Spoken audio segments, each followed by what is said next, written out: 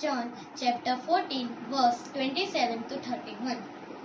At the time, Jesus said to their disciples, "Peace I leave with you, my peace I give to you. Not as the world give do, I give to you. Let not your hearts be troubled, neither let them be afraid. You heard me say to you, I am going away and I will come to you. If you have loved me, you would have rejoiced, because I am going to the Father, for the Father is greater than I. And now I have told you before it takes place, so that when it does take place, you may believe.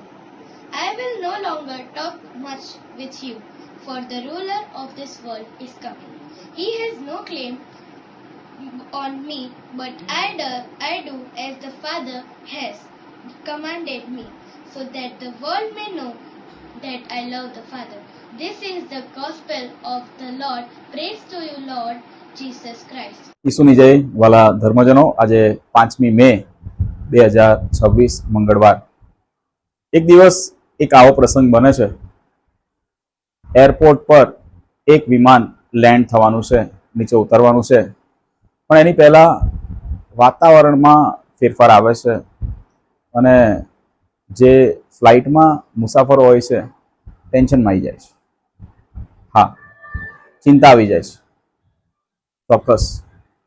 આ બધી ચિંતામાં એક નાની છોકરી જરા પણ ચિંતા કરતી નથી, શાંતિથી બેઠી છે।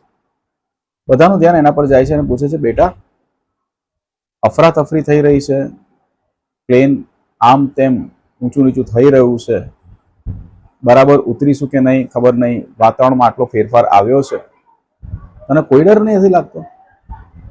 ત્યારે છોકરીએ હસતા કીધું, ના, મને જરા પણ ડર નથી લાગતો। ત્યારે લોકોએ પૂછ્યું, કેમ? કારણ કે એ છોકરીએ જવાબ આપ્યો કે આ ફ્લાઇટના પાયલટ મારા પોતાના પપ્પા છે અને એમણે ફ્લાઇટ શરૂ કરી ત્યારે જ કહ્યું હતું, બેટા આપણે નિશ્ચિંતપણે શાંતિથી આપણા ઘરે પહોંચી જઈશું।